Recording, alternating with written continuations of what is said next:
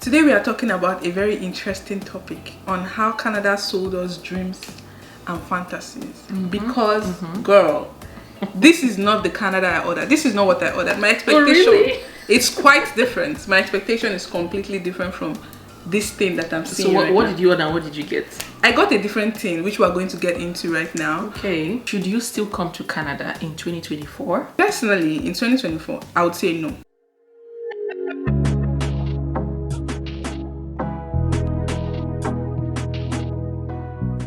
Hey guys, you're welcome to my YouTube channel. If you're new here, welcome. If you're returning, welcome back. Please subscribe below if you're yet to do so, and give this video a thumbs up if you enjoy watching it. Also turn on the notification bell so that you get notified each time I post a new video. And as you can see here, I have a beautiful guest, Onyeka. I would also leave Onyeka's channel below, so you go subscribe. Subscribe, guys. Subscribe. Today we are going to be talking about a very interesting topic because I know a lot of people don't want to talk about it. And I'm ready to help them talk about it if they are not going to talk about it. And before we get into I said what I said. And before we get into the video, just a disclaimer, guys, this is our own personal opinion. If you're going to share yours, please do so respectfully in the comments. And I want to hear from you if you agree, if you disagree, what's your take, what's your perspective. I want to hear from you. So let us know in the comment section. I will be there, right? Yeah. So a couple of days ago, Bisola and I were on a call and we're having a conversation, and we started talking about this topic. And you're like, Onyeka, this Canada is not what I was expecting. I'm like, how so? Like, what do you mean? But I was like, save it, girl. Save it for this video. Instead of chatting about it now, let's talk about it in a video. So, how it even started, we're talking about immigration, like immigrants, the high influx of immigrants to Canada, and how it's affecting the economy and all of that stuff, which we kind of explored on my channel. Check out the part yeah, one. so check it out. She's going to link it up for you guys to watch. So Canada is still a growing country, and it's nowhere near countries like the UK or the US. Absolutely. And that's why they have this new mass influx of immigrants coming into Canada. The thing with Canada, like, I feel like how they're trying to grow their country, like we talked about earlier, is through like economic immigration. That's why there's been a lot of topic surrounding immigration, moving to Canada, how to come to Canada, and all of that stuff. Students yeah, and all that. And then they come in through like through skilled worker programs, international student programs. What else do you have? There are so many other programs, different pathways, provincial programs as well. And the goal of that is to get more people to move to Canada, to increase the population, as well as also improve the economic system here. So expecting immigrants to come work, pay taxes, stimulate the economy, you know, and for international students to also obviously bring their tuition fees in here, and also like get work permits and work and reside in Canada. It's really important to understand the context around immigration. Every year we bring in about 450, now close to 500,000 permanent residents a year. However, over the past 2 years, we've seen a massive spike in temporary immigration, whether it's temporary foreign workers or whether it's international students, in particular, that have grown at a rate far beyond what Canada has been able to absorb. Honestly, I agree with that, but see, I know some people may disagree with me, but I feel like in the next 10 years, because of the number of skilled workers that have immigrated to Canada, I feel like I can even disagree with what I'm saying, but let me make my point. Canada has a lot of brain, like, you know, they've drained other countries from their brain, like they've done a lot of brain drain from other countries. They came here to settle, but given the right environment, if these immigrants, we are immigrants by the way, if immigrants are able to develop their skills in Canada, like become licensed to practice here, Canada would be like way ahead. But that's the thing that we need to talk about. Like, the Canadian system doesn't encourage people, that this new immigrant or this immigrant, so to speak, to settle and practice in their desired profession due to how strict it is to transition to working in your desired role, and the fact that there aren't even opportunities. So look at you now, you're also one of that. Do you want to talk about what exactly? So I'm a Nigerian trained pharmacist, but right now I'm a Canadian trained nurse.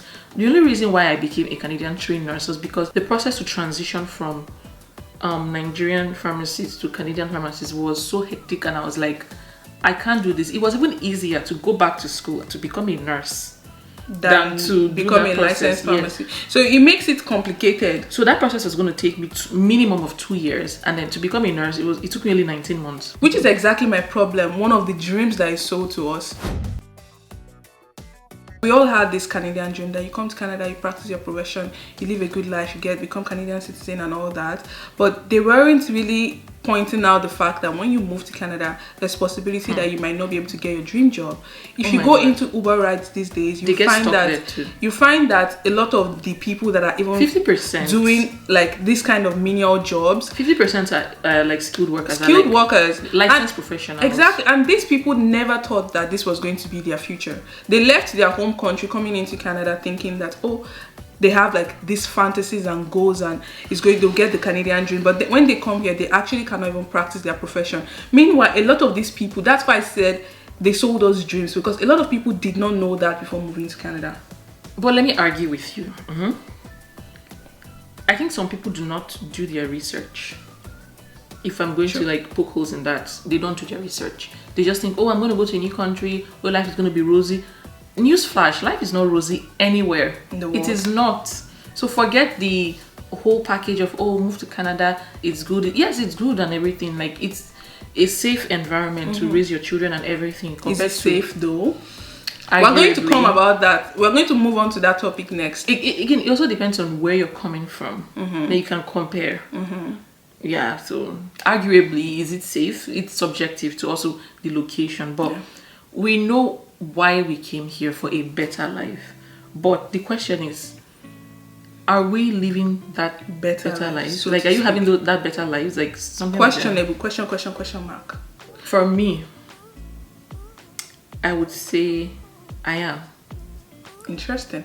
I wouldn't say I'm not, but I would say like there is still a very huge potential that is yet to be tapped. Not to say I'm not shocked at some things that I was like, whoa, I never thought this was going to be my reality. Yeah. I'm experiencing some things like, that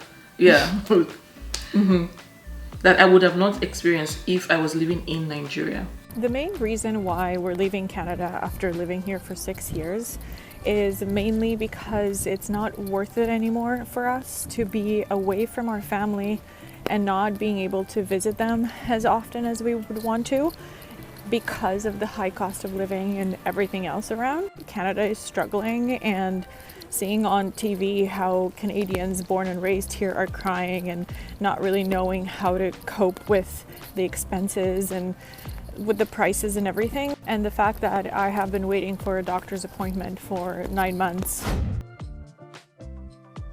But when you think about it, it's like in comparison to other countries like the US, the UK, the opportunities in Canada is very, very limited. And that's the reason, that's what I'm talking about when I say like it's like fantasy. Because when people come here, they think that they're going to a well-developed country, but it's like a third world country in disguise. You can argue with me, but that's just my own perspective. And I think Canada is just attractive to people from third world countries. If you are from like more developed country, you will not find Canada appealing because it's like a whole bunch of disappointment. Okay, let's refrain from using the word third world country. First of all, let's use the term developing countries. Okay. So if you're from developing countries like Nigeria, you will find Canada more attractive because the basic things we don't have. Yeah. It's available here, right? But when you get comfortable here, you start yearning for more, and then like you're kind of like over the basic things, like, oh, no good roads, no water supply and stuff like that. You start yearning for more, and then when you're not able to have those needs met, you kind of feel like, okay, this is not the dream. This is not the dream. Exactly. But do you know, my perspective is this: the reason why people start to feel like they're not getting enough is because they are doing so much more without getting that back. For example, you are paying so much money in taxes. You're working really, really hard. I've not worked this hard my whole life. When I was working in Nigeria, I was working hard, like I was good. But here in Canada, I feel like I work a lot harder than I used to. But then you do all this hard work, so you would expect to see like more return or more results. But because now you're paying hefty taxes, the economy is like super strict, there is limited opportunities here. I think Canada has like a very highly skilled population that can compete with people globally. But but we are not able to compete on a global level because we have limited opportunity here. Now, if we're saying that we are comparing the skill set of people back home from Nigeria, then I would say maybe we can't really compare them on a global scale. They are really good though. I'm not saying that they're not good, but I'm just saying that because of the environment and all of that, it might be limited for you to compare them. But when you talk about countries like Canada, where people have been exposed to working with so many tools, so many companies and all that, it's like they should be comparable, or they should be comparable with to people their neighbors, in their neighbors, like the other countries. But they are not. If you think about like people that are working in like this top or big tech companies, the Canadian equivalent of them, they're not getting paid relatively close. That was the next thing I was going to talk about. The pay gap. The pay gap is ridiculous. We can talk about it from, I think any field is experiencing this. So from the nursing perspective, according to Google, the highest paid nursing job can be like maybe 100, and I'm even being very generous, $150,000. But in the United States, double that price. Double it. I'm weak. No, I'm weak. Even me as a content creator. Let's not even get to the content creation Because space. the opportunities Oh my goodness. that are bound for Canadians. people from other countries. For example, even just ordinary TikTok, what's that? TikTok, getting paid on TikTok. Yeah. Creators around even other parts of Europe are getting it. Even South Africa and all of that. Why can't Canadian creators? And what is the government doing to help Canadian creators?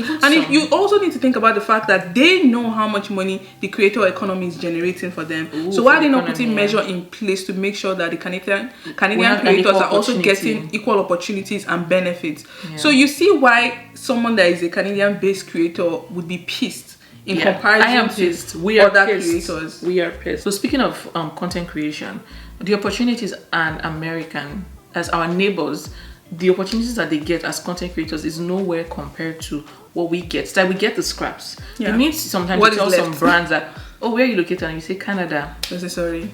Sorry. Only open to US application. All the time. So what's the difference between a Canadian... sometimes some of these Canadian creators even have a larger US following than the American creators themselves. Remember because you have US address. The YouTube conference we attended last year, when they talked about audiences, everyone was like, oh, like we don't want to have Canadian audiences. We want to have international audiences. Like, and when we say international, we mean like Europe and America, our neighbor, our friendly neighbor. Do you know why a lot of Canadian creators are moving to the US? It's for the same reason. Opportunities, yeah. It's for the same reason. Aside even the content creation space, even like the job running market, the job market, even a business. Yeah. It's more profitable to be in the US. Not to say America doesn't have, like they have their own issues. Like see how what's going on right now with them. We see everything, but it's like, and I don't want it to sound like we are comparing everything 100% with America, because obviously Canada and America, they are not the same. They are totally different. Yeah. But if you think about like other countries as well, all these things that they also have, we still don't have them. I never thought that housing was this expensive in Canada. Maybe that's an error on my part. It's even more expensive here in Canada than in US. Even than anywhere. Anywhere. Like what? Yeah. And you see, like we're now starting to realize that in Canada it's even cheaper for you to rent than for you to buy a house. God bless you. Like, and a lot of us when we came here, our Canadian dream was to buy a home, get a good job, live a good life, a Canadian and all that. dream. But a lot of people now can't even afford buying a home. They can't even afford rent. Yeah, if you even have the money for rent, you can't even find homes to rent because there is not enough. A decent home. There is no decent home. And that's why you see houses these days that there are 20 people living in one house. Yeah. So speaking of income, the taxes. You brought it up before, but I was not able to like really get into much detail. But the taxing system in Canada is very, very brutal. Brutal. Will cut your neck. Like, the system doesn't even encourage you to be hardworking, because if you earn more, they take more. Like, they take more. Like, and you don't even get access to like some benefits because once you are now in a higher tax bracket. You earn too much. Yeah. So taxpayers' money. What are we really paying for? Even when we talked about housing, with like 20 people living in one apartment building or wherever, that itself, do you know the kind of crime, the kind of theft that will be in that location? And if you are living in a neighborhood where there are houses where there are that much people living there, you would expect that those crime will kind of spill. That's not to a you. safe neighborhood. It's not a safe neighborhood. That's not at safe. all. And you also want to think about the fact that the crime rate in Canada these days It's increasing. is through the roof. It's crazy. I was a victim of car theft, which I've talked about on this channel. I was also a victim of fake cash, money fraud, where I got fake money. There is gun violence these days. You can't even go out safely in the GTA anymore without being scared of like gatherings and guns and all of these things. And substance abuse. Issue of substance abuse. Canada has a drug problem. Canada has a drug problem. I'm going to say it again. Canada has a drug problem, and it is alarming. So I work in a pediatric mental health facility, so I know what I'm saying. Yeah, you see kids less than 10 years old being addicted to substances. Some may blame bad parenting, but no. There's a lot of things going on in society that if you are not careful, it's going to come to your doorstep. You have to be very careful. For example, the fact that cannabis is legal. Some might argue that, they're decriminalizing it, but I don't think so. It's questionable. Yes, I don't think so. And these are also part of the issues that we're talking about when it comes to these dreams. Because never in my life did I ever imagine that my kids can potentially be just exposed walk into a to store and buy. Yeah, because cannabis is legal. What else? People always stop with cannabis. Afterwards, I'm going to get the next high. They keep going and they keep going. So dirty substances, adulterated substances. So you don't even know what you're taking. So if you have kids, if you have friends, you need to be careful. You need to watch your kids. In fact, I would have even said, please be doing random blood tests on your children, because you don't know. You don't know what is going on. And this is also a huge concern for a lot of immigrants when they move here, because they never thought that this is what life could potentially turn to be like for their kids. They just thought they were moving to a safe country where they can bring up their family, I have something to safe add. life and all of that. But look at it, when they move here, then there's this freedom that all the kids get. They have access to this kind of things that you never even imagined. And this is supposed to be the country that promises you safe dream or safe life. Really promised you that? They didn't promise you, but like when you were applying to come, I came as a PR. You came as a PR, they sold me dreams. They wanted me to come here to come and work and make money for the country. But so these are some of the dreams that they promised me. I have a question to ask you. And in the future, when you eventually have like kids, family and everything, do you think you're open to taking your kids back to Nigeria at a certain point in their lives to learn some ground? You're like, it doesn't have to happen. Like, let's say, like, God forbid, it happen. I don't even think that is a bad behavioral thing. Like, go back. Because when I was in 100%. secondary school, I had some people who were brought back from the United States. Even in the UK, they were my classmates because they were going out of control. So they brought them back to learn the culture. Come and behave. So do you think you're open to doing something like that? 100%. Because I don't even trust that, like, having my kids here, giving them the training here is the best for them. I don't think that's enough. You need I want them to grow up in that African household. And in Canada, they tend to have this kind of freedom that I personally... Freedom is great, but also too much freedom can be abused, right? I would personally want my kids to have some kind of structure and some kind of like discipline in them. Though it starts from home. It starts from home. They'll get it, but when they go to school, oh my God, they're exposed to it. These kids that you're talking about that are using the substance, they go to your children's school and they meet them there. They become friends with them. So it's not like this is something that parents can 100% control. No. Sometimes the teachers even have significant power over the kids than you, the parents, yourself. So this is why I would say I could take my kids back home to learn some discipline and to learn some, what did you even call it, Steph? Behavior. Some behavior. So to learn like some behaviors. Because good skills. Yes, because like this Canada, I mean, I'm not sure that everything they have here is enough for my own kids. Again, that's some of the issues that happen with immigrating. When you immigrate, you sort of leave your culture. The only way where your culture ends is your home. The minute your children step out that door, it's a different culture out there. Yeah. So these are some of the problems with immigration that we thought about, but we never dipped it. But now it's getting closer. And so it's becoming more glaring. Yeah. It's becoming more glaring. Yeah, but me, I'm also of the opinion that if I have to take my kids out of this environment to be able to be sane, I will do it. 100%. Let us know in the comments if you will, because I want to hear if you've done it. How did it turn out? What's your experience like? Because we don't have kids yet, so we would like to know. Yeah.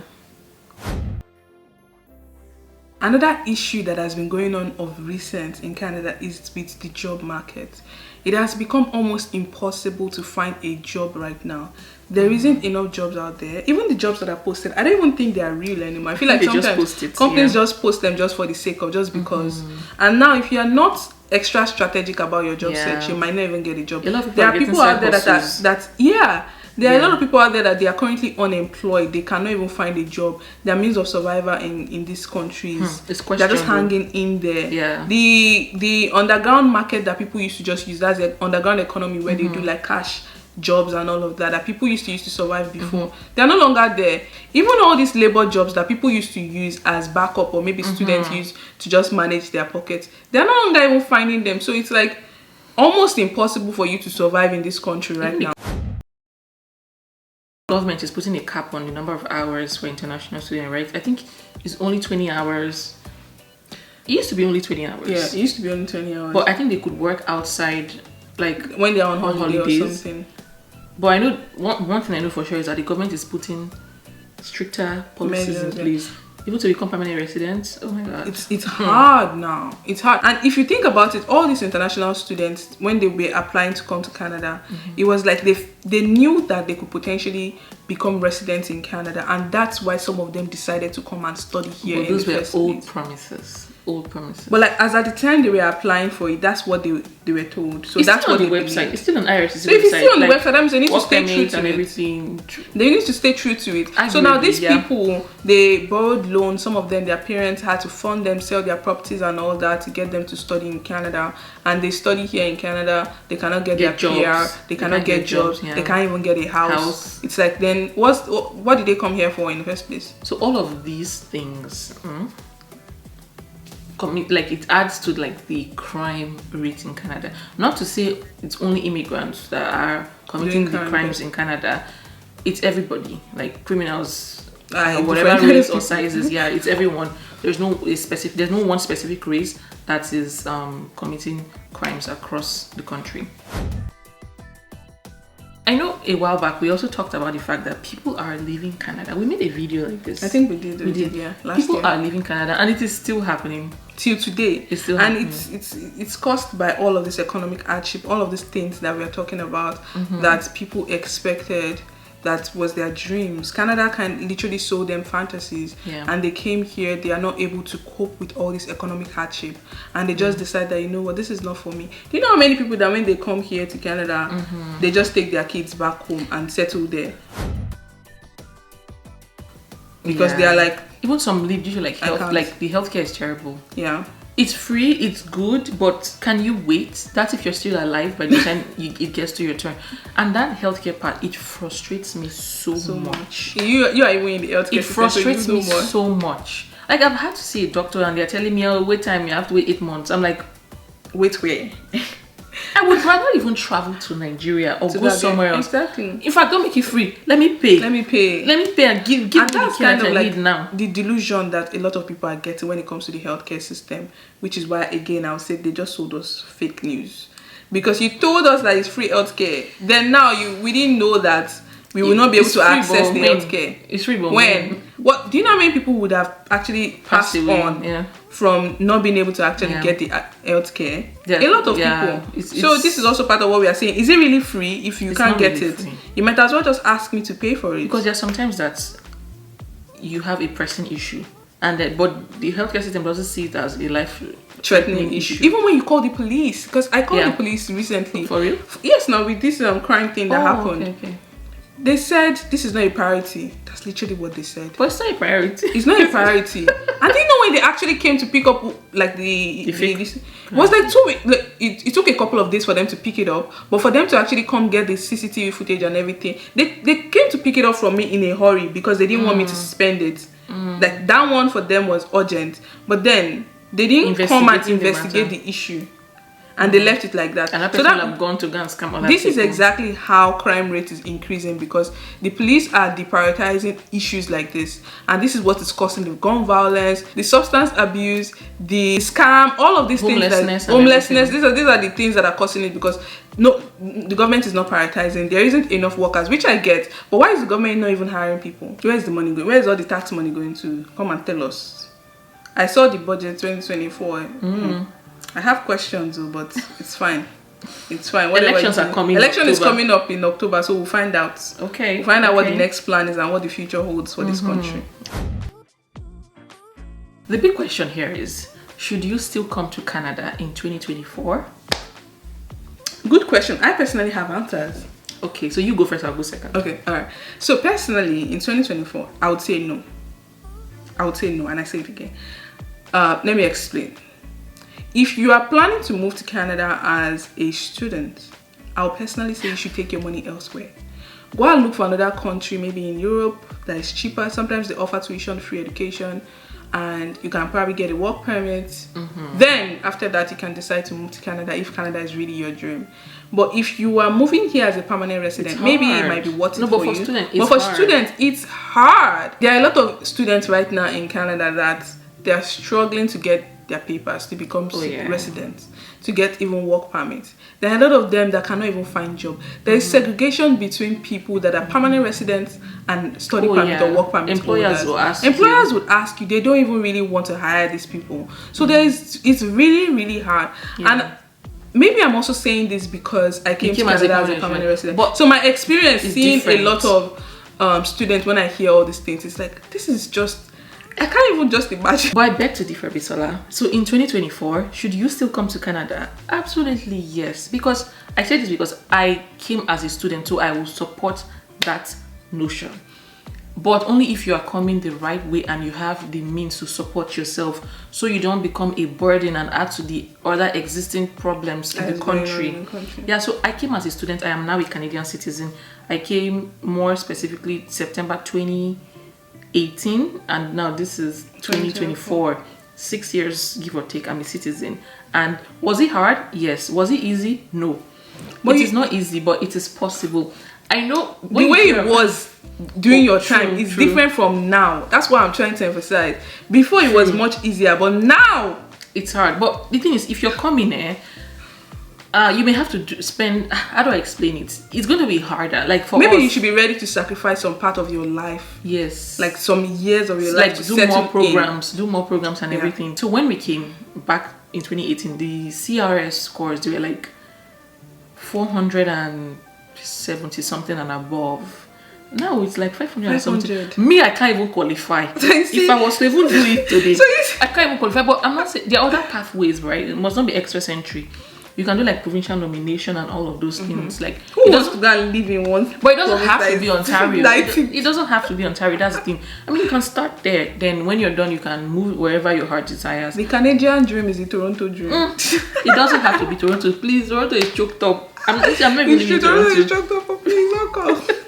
So it's still possible, but just come the right way and support yourself. Do not become a burden. That's what I would say.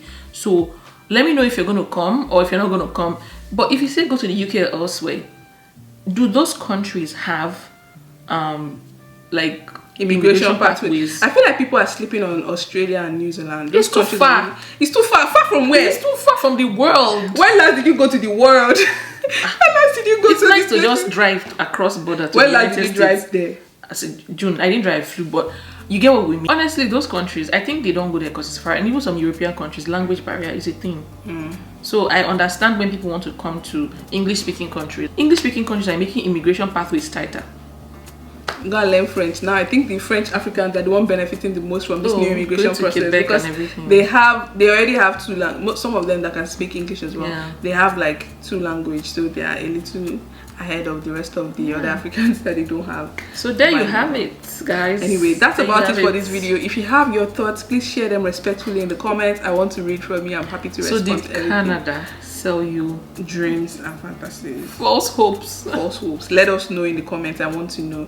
And if you are still wherever in the world, do you intend to still come to Canada even despite all these things happening? We're still coming. We are coming. Let us know in the comments. We want to hear from you. What are your thoughts and everything all together? Canada is not so bad. It's just that like you have to be mentally prepared. I think if someone is prepared, they'll be fine. Yes, do your If you're research prepared. And just bring down your expectation down. It's better for your expectation to be in the lifted ground up than for you yeah. to have this high expectation and come here yeah. then like it's totally different from what you're expecting. But that's about it for this video. If you enjoy watching it, please give this video a thumbs up. Don't forget to check out part 1 of this video on Onyeka's channel. I'll link it below in the comments and at the top. Thank you so much for watching, and I'll see you in the next video. Bye.